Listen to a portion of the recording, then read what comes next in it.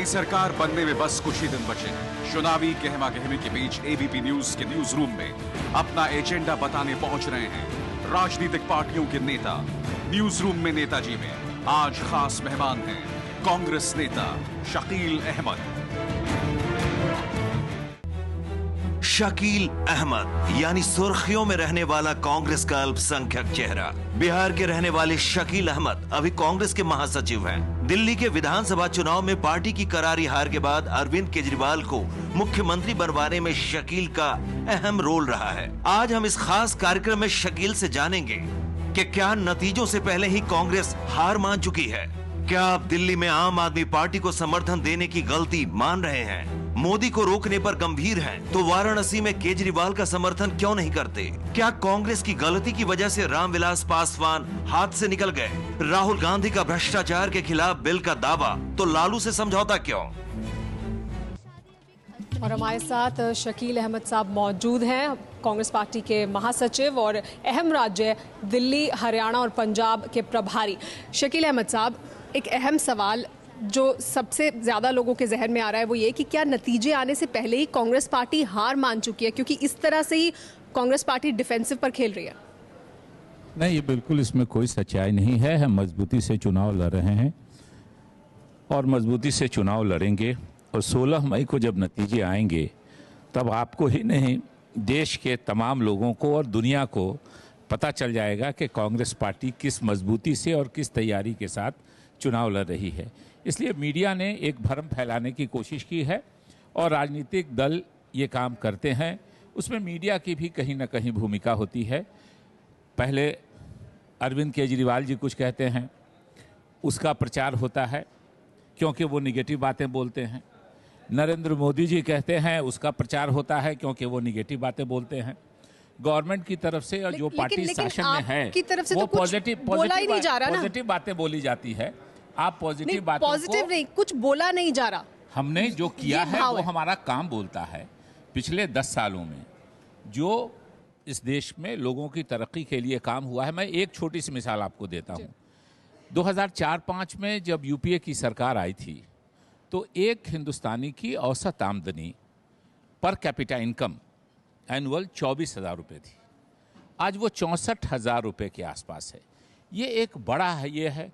गुजरात के विकास की बात करते हैं, अभी आंकड़े आए हैं। लेकिन शकील अहमद साहब, आपकी पार्टी के ही सभी वरिष्ठ नेता, आपकी पार्टी के नेता, आपकी पार्टी के प्रधानमंत्री पद के उम्मीदवार जिन्हें आप लोग कहते हैं राहुल गांधी, वो तक ये बात मान चुके हैं कि हम अपनी उपलब्धियां लोगों तक नहीं पहुंचा पाए। तो मतलब आपने नहीं कहा है ना कुछ भी। नहीं, देखिए हमने कहा है, ये वही मैं कह रहा हूँ जो राहुल जी कह रहे थे, आप बात कर रही हैं, वही मैं कह रहा हूँ कि जो पॉजिटिव बातें हैं, मीडिया के साथ एक प्रॉब्लम है कि वो पॉजिटिव बातें अगर सरकार की बताने लगे तो मीडिया की साख पर थोड़ा बट्टा लगता है कि सरकार से इन्फ्लुएंस्ड है मीडिया। इसलिए मीडिया निगेटिव बातों को ज्यादा, चाहे वो अरविंद केजरीवाल जी की निगेटिव बातें हों, चाहे वो नरेंद्र मोदी जी की कहे जो आप कहेंगे हम तो वो लोगों तक पहुंचाएंगे ना। नहीं, जो हम कहते हैं वो आप रिपीट वो नहीं कर पाते हैं। आप रिपीट वो नहीं करते हैं इसलिए कि आपको टीआरपी शायद उसमें नहीं मिलता है। और सरकार के फेवर में कहिएगा तो आपका भी प्रॉब्लम है मीडिया का।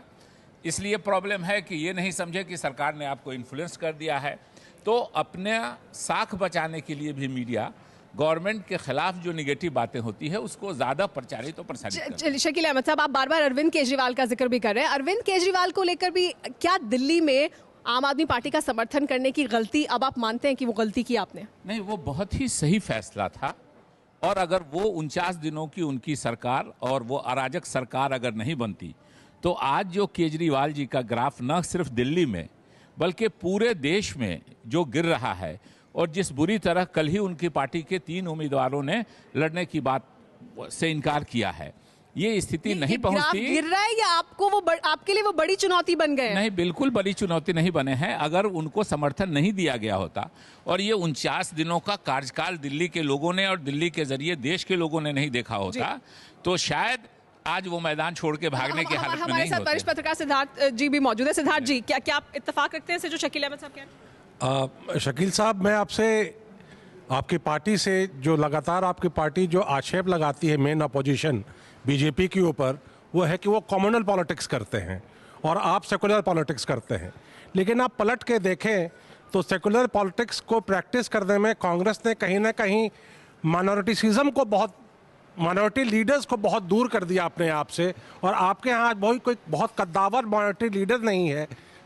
वो जो आसाम में एक मुख्यमंत्री हुई थी, उनके बाद कोई चीफ मिनिस्टर नहीं बनाया आपके पार्टी ने किसी माइनॉरिटी लीडर को।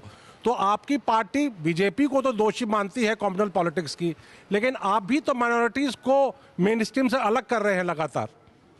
देखिए, इसमें सच्चाई नहीं है। माइनॉरिटी लीडर्स, और अगर आप माइनॉरिटी से सिर्फ मुस्लिम्स की बात करते हैं, वैसे माइनॉरिटी सिख भी है हमारे देश में, ईसाई भी हैं हमारे देश में, जैन भी हैं, बौद्ध भी हैं, पारसी भी हैं, मुस्लिम समाज के लोग भी हैं। लेकिन अगर आपकी मुराद मुस्लिम से है तो मैं आपको गिनाता हूँ कि कांग्रेस ही वो पार्टी है जिसने मुस्लिम्स को इस मुल्क में चीफ मिनिस्टर बनाया है।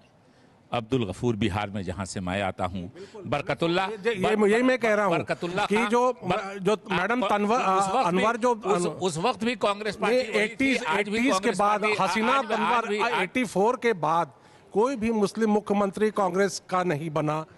और कोई भी बहुत कद्दावर नेता सेंट्रल कैबिनेट में नहीं बना, कोई भी बहुत अहम पोजीशन पर नहीं बना। तो कहीं ना कहीं तो ऐसा लगता है कि मेन स्ट्रीम से बाहर किया गया है।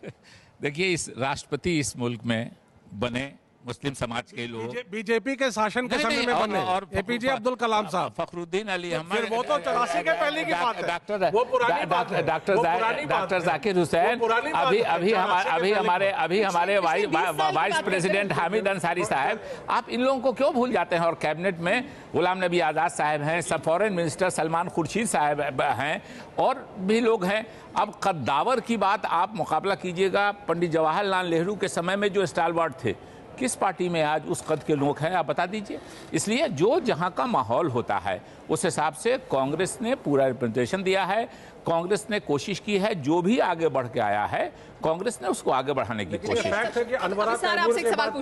कांग्रेस ने नहीं बनाया। शकील साहब, आप मौजूदा राजनीति की तरफ रुख करते हैं। आपको नहीं लगता कि कांग्रेस का धर्मनिरपेक्षता का नारा लगातार निरर्थक होता जा रहा है? अगर ऐसा होता तो बिहार में आप एलजेपी और आरजेडी के साथ मिलकर गठबंधन कर सकते थे, जो बीजेपी का माकूल जवाब देता।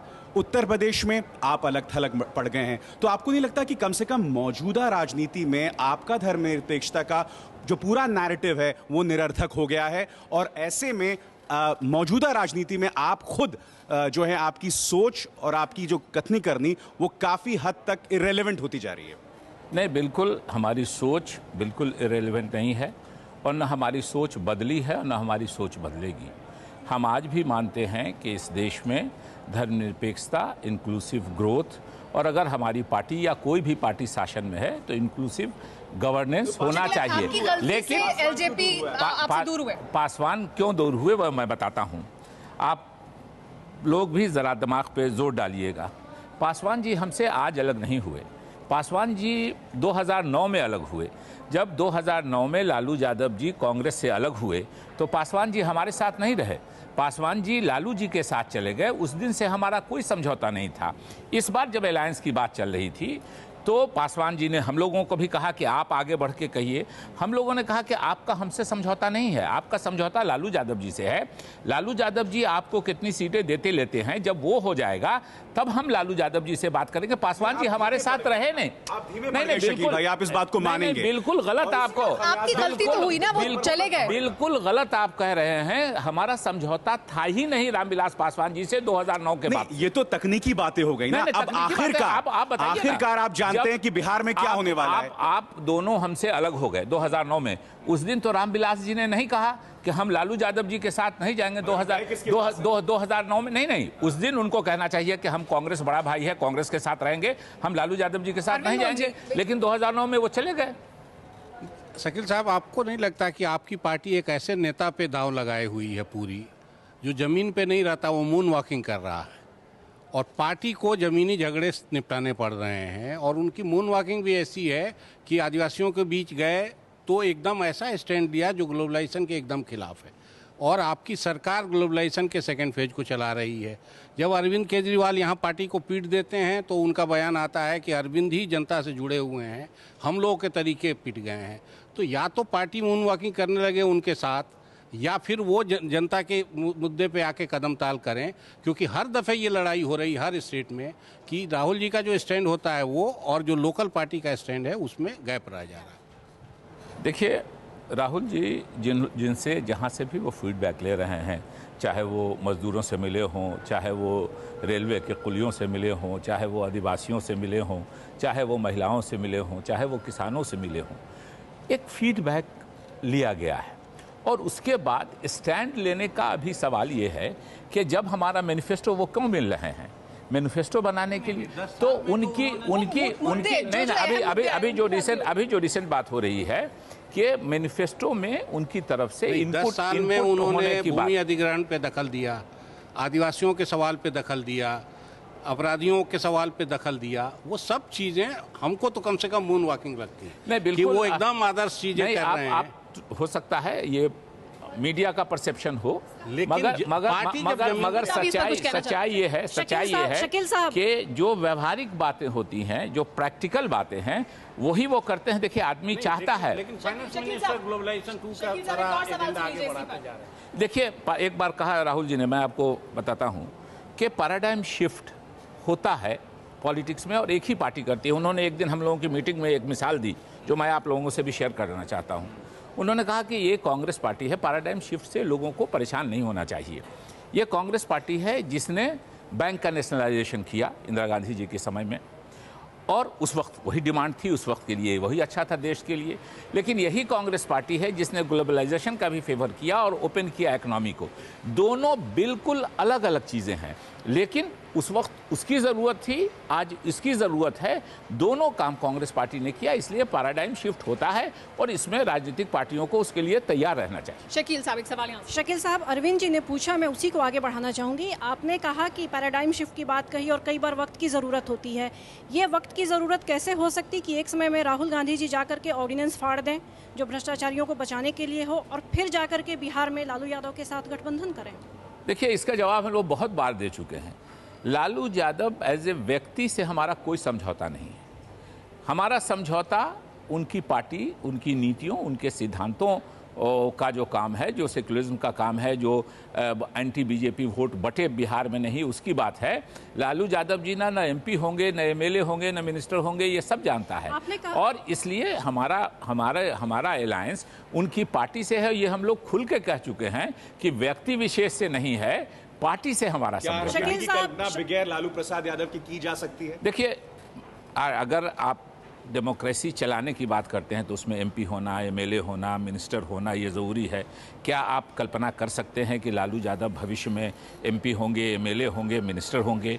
और अगर वो डायरेक्ट इंटरफेरेंस उनका नहीं है गवर्नमेंट के काम में, तो उनके कहने से अगर कोई वोट देता है तो हम कहें कि आपके वोट कहने से कोई वोट देता है, उसका वोट हमको नहीं चाहिए, हम नहीं लेंगे, ये राजनीति में व्यवहारिक नहीं है। शकील साहब, आपने सेक्युलरिज्म की बात की, नीतियों की बात की। एक लड़ाई बनारस में भी हो रही है मोदी को रोकने की, नरेंद्र मोदी को रोकने के लिए आप लोग जोर लगा रहे हैं, आप लोगों के मुताबिक, कांग्रेस के मुताबिक। वहाँ पर जो 2 उम्मीदवार हैं, एक नरेंद्र मोदी हैं जो कि बीजेपी के पीएम उम्मीदवार हैं, दूसरी ओर से अरविंद केजरीवाल जा रहे हैं जो कि आम आदमी पार्टी के घोषित नेता हैं। तो आपकी पार्टी क्या उसी कद के नेता को उतारेगी वहाँ पे, अपने पीएम उम्मीदवार को, या अपने पार्टी के सबसे बड़े नेता को? क्या करेंगे? पता नहीं, अरविंद केजरीवाल जी ने आप लोगों को कम्युनिकेट किया होगा कि वो वहाँ से लड़ेंगे, लेकिन हम लोगों की जो जानकारी है उसमें तो उन्होंने कहा है कि 25 को रैली करके, पहले 23 को शायद करने वाले थे, अब 25 को रैली करके जनता से पूछेंगे, तब उनके पार्टी के अंदर ये करेंगे। तो पता नहीं, उन्होंने कम्युनिकेट किया होगा तो नहीं कर सकते, लेकिन नरेंद्र मोदी तो हैं, उनको टक्कर देने की किस्मत है। हाँ, ये सही है, बात चल रही है। कांग्रेस ने अभी अपना कैंडिडेट अनाउंस नहीं किया है। हमारी पार्टी के एक्सपोज पर्सन ने, हमने ऑफिशियली कहा है कि हम लोग एक मजबूत कैंडिडेट देंगे। परिस्थितियां बन रही हैं, अभी जरा हमारी लिस्ट रिलीज होने दीजिए, और जब वाराणसी का हमारा उम्मीदवार आप देखेंगे तो बात करेंगे। शकील जी, आप मजबूत कैंडिडेट की बात बोल रहे हैं, अरविंद केजरीवाल एक चैलेंज करने जा रहे हैं, वो हिम्मत दिखा रहे हैं। आपके नेता राहुल गांधी क्यों नहीं चैलेंज दिखाते या जाके लड़ते कि हम मुस्लिमों को मैसेज देना चाहते हैं, माइनॉरिटी, नरेंद्र मोदी इतने खराब नेता हैं और विध्वंसक हैं, वो बोलते हैं, तो वो लड़ते क्यों नहीं हैं? देखिए, एक बात जहाँ तक है, सिर्फ मुस्लिमों की बात नहीं है। माइनॉरिटी में इस देश में मुसलमानों से भी कम संख्या में दूसरे माइनॉरिटी के लोग हैं। ये सिर्फ मुस्लिम बोल के मुझको लगता है कि कहीं हम लोगों की तरफ से लोगों को नाराज़ करने की कोशिश की जाती है। ये नहीं होना चाहिए। लेकिन ये बात सही है कि कोई अपनी जगह, कोई कहा हम वहाँ से खड़े होंगे तो हम तुम्हारे मुकाबले में हैं। हम अपनी जगह से यहाँ तो कभी कभी लोग कहते हैं ये हवा चल रही है, वो हवा चल रही है। नरेंद्र मोदी जी सुरक्षित सीट खोज रहे हैं। राजनाथ सिंह भाजपा के जो उनके अध्यक्ष हैं वो सुरक्षित सीट खोज रहे हैं लखनऊ में। और आज मीडिया हवा चला रहा है देश में। शकील साहब, बीजेपी की हवा चल रही है देश में। और आपकी सीट चली गई आरजेडी से गठबंधन की वजह से? नहीं, आज गठबंधन जब लीडरशिप ने उसको मान लिया। हाँ, ये बात सही है कि मैं वहां से 2 बार लोकसभा का हुआ था, जीता था मैं, लेकिन अलायंस में जीता था। जब कोई पार्टी, एक से ज़्यादा पार्टियां नेगोशिएटिंग टेबल पर बैठती हैं तो हर पार्टी चाहती है कि हमको ज़्यादा से ज़्यादा सीटें मिलें और अच्छी से अच्छी सीटें मिलें। लेकिन जब हम नेगोशिएटिंग टेबल पर बैठते हैं तो एक दूसरे का स्ट्रेंथ, एक दूसरे की कमज़ोरी देख के एक फैसले पर पहुंचते हैं। और जब पार्टी ने, मैं 2 दिन पहले प्रेस कॉन्फ्रेंस करके अपने डिस्ट्रिक्ट से, अपने इलाके से आया हूं कि जब हमारी पार्टी ने उस अलायंस को एक्सेप्ट कर लिया तो हम ईमानदारी से उसके सफल होने के लिए काम करेंगे। मैं अभी अपने लोगों से रिक्वेस्ट करके आया। दिबांग इस पर सवाल पूछना चाहता हूँ। शकील जी, सवाल ये है कि पार्टी तो वही है, बदलाव अगर आपके यहाँ पर हुआ है तो सिर्फ नेता का हुआ है ना। अगर पिछले चुनाव को देखें, पहले सोनिया गांधी थी, अब राहुल गांधी हैं, और यही आपकी सबसे बड़ी समस्या भी है। आप कैसे, क्या कहेंगे? आपके नेता कहते हैं मेरी तो पार्टी में सुनी नहीं जाती है, पब्लिक मीटिंग में बोल देते हैं ऐसे। देखिए, अगर कोई कंफ्यूजन हो तो मैं उसको ऑन रिकॉर्ड सही करूं। ऐसा कहा ना उन्होंने, कंफ्यूजन की कोई बात नहीं है, उन्होंने स्वयं कहा। ये कांग्रेस अध्यक्षा सोनिया गांधी जी हमारी पार्टी की सबसे बड़ी नेता, सबसे सर्वोच्च लीडर हैं। कोई भी फैसला वो हम सबके मशवरे से भी लेती हैं और उसमें राहुल जी का मशवरा भी शामिल है। वो वाइस प्रेसिडेंट हैं ऑफिशियली, तो उनके मशवरे का कुछ ज़्यादा वेटेज होगा। लेकिन ये बात मैं ऑन रिकॉर्ड कहना चाहता हूँ कि हमारी पार्टी में आज की तारीख में भी अंतिम फैसला हमारी अध्यक्षा सोनिया गांधी जी लेती हैं।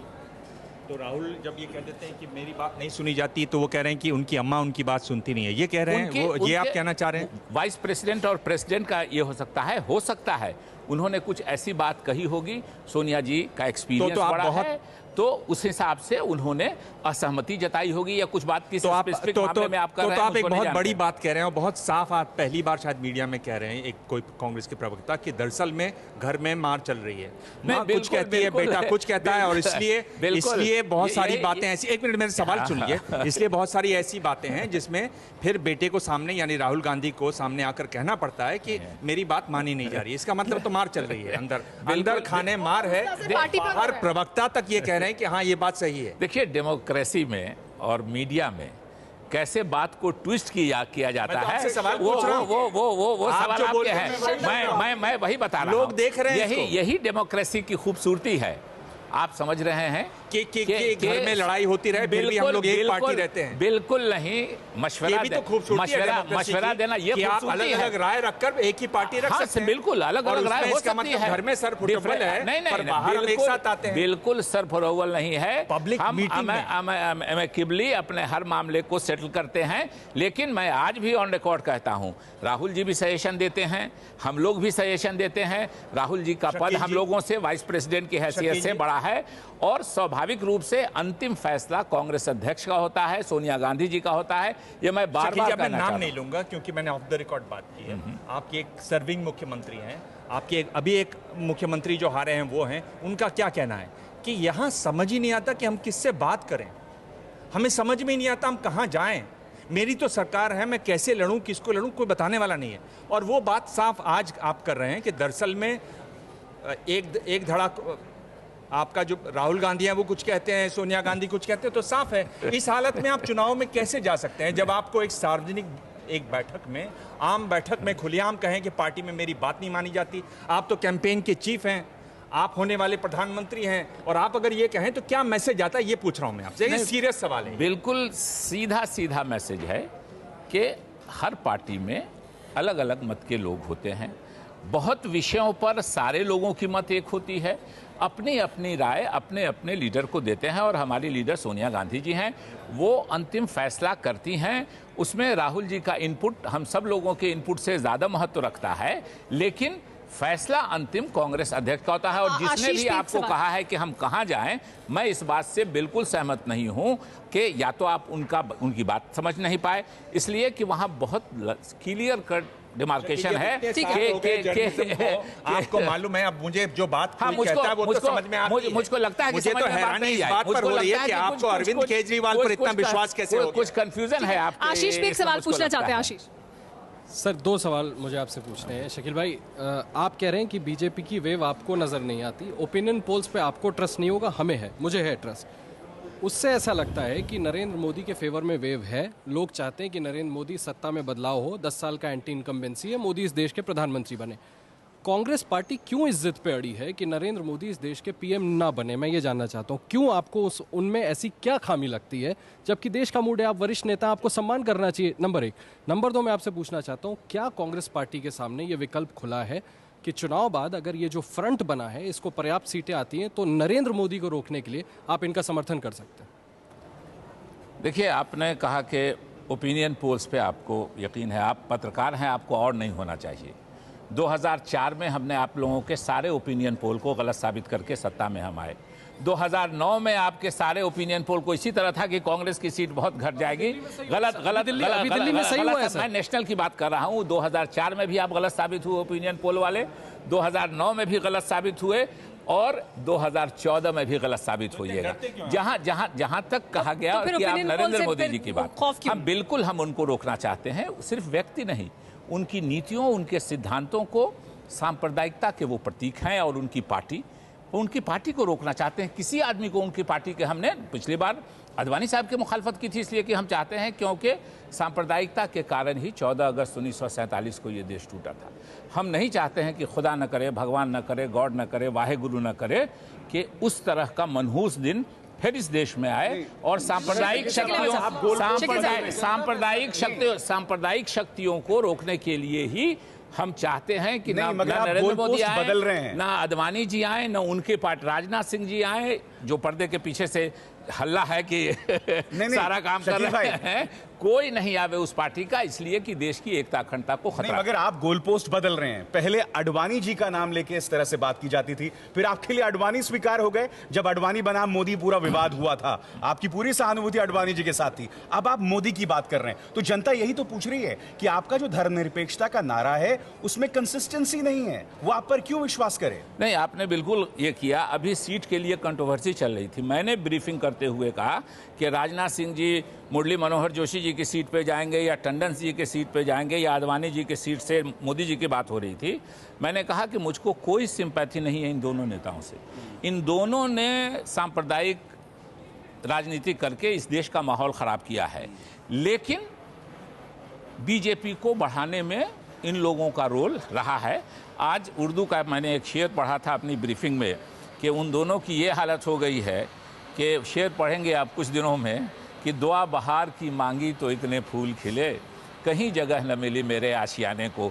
बुजुर्ग नेताओं को खदेड़ा जा रहा है अपने इलाके से बाहर। तो आम आदमी पार्टी को बढ़ाने की जिम्मेदारी क्या आप लेंगे, क्योंकि आप प्रभारी थे दिल्ली के, जिस तरह से कांग्रेस पार्टी ने उनका समर्थन किया, आम आदमी पार्टी को बढ़ाने में उसकी जिम्मेदारी क्या आपकी? यही नहीं सुमेरा, मैं जानना चाहता हूं शकील साहब, ऐसा आपने क्या किया दिल्ली में कि अब दिल्ली में आप दूसरे नहीं तीसरे नंबर पर हैं?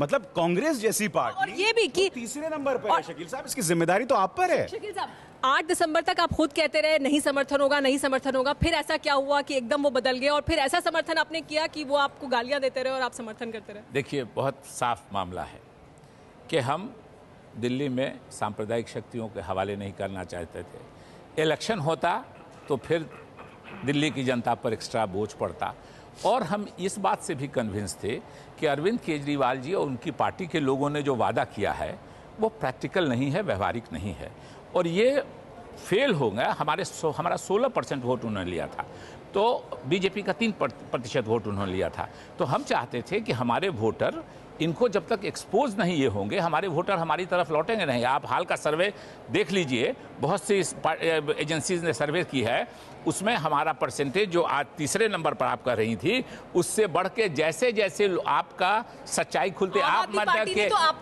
केजरीवाल जी की पार्टी उतर रहे हैं तो वो वहां पर भी आपको नुकसान पहुंचाएंगे। 16 मई के बाद आप लोग खुद उनकी ज़्यादा चर्चा नहीं कीजिएगा। ज़रा 16 मई को गुब्बारा फटने दीजिए आप अरविंद केजरीवाल जी मोर्चे का। वाले सवाल का जवाब आपने नहीं दिया। क्या कांग्रेस के सामने ये विकल्प खुला है कि आप फ्रंट को सपोर्ट कर सकते हैं चुनाव के बाद अगर आपको पर्याप्त सीटें नहीं आई तो?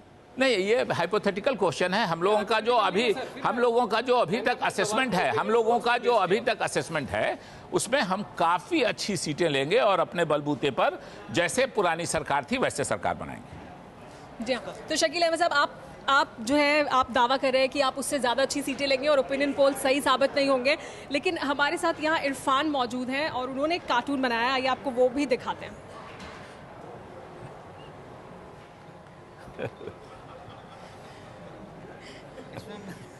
मैंने अभी जो मौजूदा हालत है कांग्रेस की बताने की ज़रूरत नहीं है कि क्या हो रही है अभी, कि कांग्रेस कहती रही कि बचाइए बचाइए और आपने उसको बचाया नहीं और अंततः उसका सिर्फ हाथ रह गया है, गटर में पूरी चली गई है। देखिए, ये हाथ हमारा निशान है और तो ये जब तक रहेगा हमको कोई पीछे नहीं कर सकता। शरीर भी तो होना चाहिए, हाथ ही रह जाएगा तो फिर कैसे काम चलेगा? इसी हाथ के बदले सरकार आएगी। इसी हाथ पर जब लोग मोहर लगाएंगे तो सरकार आएगी। आप वो सर्वे के ऊपर क्यों लगे हुए हैं कि वो सर्वे फिर से झूठे बनेंगे? लेकिन इसलिए कि 2004 में वो गलत साबित हुए, 2009 में वो गलत साबित हुए। वो लेकिन शकील साहब 2014 में वो गलत साबित होंगे। दो हमारा प्रेसिडेंस है कि दोनों बार आपके सारे सर्वे गलत साबित हुए और कांग्रेस पार्टी उनसे ज्यादा सीटें ले आई जो आप लोग सर्वे में दिखला रहे थे, जो ओपिनियन पोल्स में दिखा रहा था। एक सवाल मेरा ये है कि केजरीवाल ने जो वोट बैंक जो है कांग्रेस का मुस्लिम वोट बैंक है वो अपने पास में जो है ट्रांसफर कर लिया है, ऑलमोस्ट हो गया है, तो उसके ऊपर आपने क्या तैयारी की है? मैं नहीं समझता हूं कि इसमें सच्चाई है, इसलिए कि दिल्ली में जो हमारे जीते हैं हमारे 8 एमएलए, उसमें 4 एमएलए हमारे माइनॉरिटी के हैं। 5वां कैंडिडेट हमारे जाकिर वो 4,000 वोट से बाबरपुर से हारे हैं। जो चांदनी चौक के हमारे उम्मीदवार हैं, जो हमारे गांधीनगर के उम्मीदवार हैं, यहाँ मेजोरिटी मुस्लिम वोट की वजह से जीते हैं। इसलिए बिल्कुल असेसमेंट गलत है और आपका वैसे भी गुब्बारा फट रहा है। जैसे जैसे वक्त गुजर रहा है, या 49 दिन की जो सरकार के इनके कारनामे हैं, लौट के सारे लोग, सिर्फ मुस्लिम समाज नहीं, मुस्लिम समाज तो गया ही नहीं था और बाकी सब समाज कांग्रेस की तरफ आ रहा है। लेकिन वो कहा यह जा रहा है कि वो जो सीटें आपकी निकल गई वो इस वजह से क्योंकि उन्हें शायद ये उस वक्त तक भरोसा नहीं था कि आम आदमी पार्टी इतनी सीटें ले लेगी। अब तो उन्हें भरोसा हो गया, आपने उसको खड़ा कर दिया। नहीं, अब तो लोगों को हो गया, 49 दिन में पता चल गया लोगों को कि ये किस काम के लायक हैं लोग और ये किसका काम के लायक नहीं, किसी काम के लायक नहीं है। इसलिए लोग, जो मुस्लिम तो गए नहीं थे लेकिन बाकी लोग गए थे, वो भी लौट के कांग्रेस की तरफ चले आए। चलिए, बहुत बहुत शुक्रिया शकील अहमद साहब हमारे साथ एबीपी न्यूज़ के न्यूज़ रूम में आने के लिए। अगली बार एक और नेताजी के साथ फिर हाजिर होंगे एबीपी न्यूज़ के न्यूज़ रूम में नेताजी लेकर।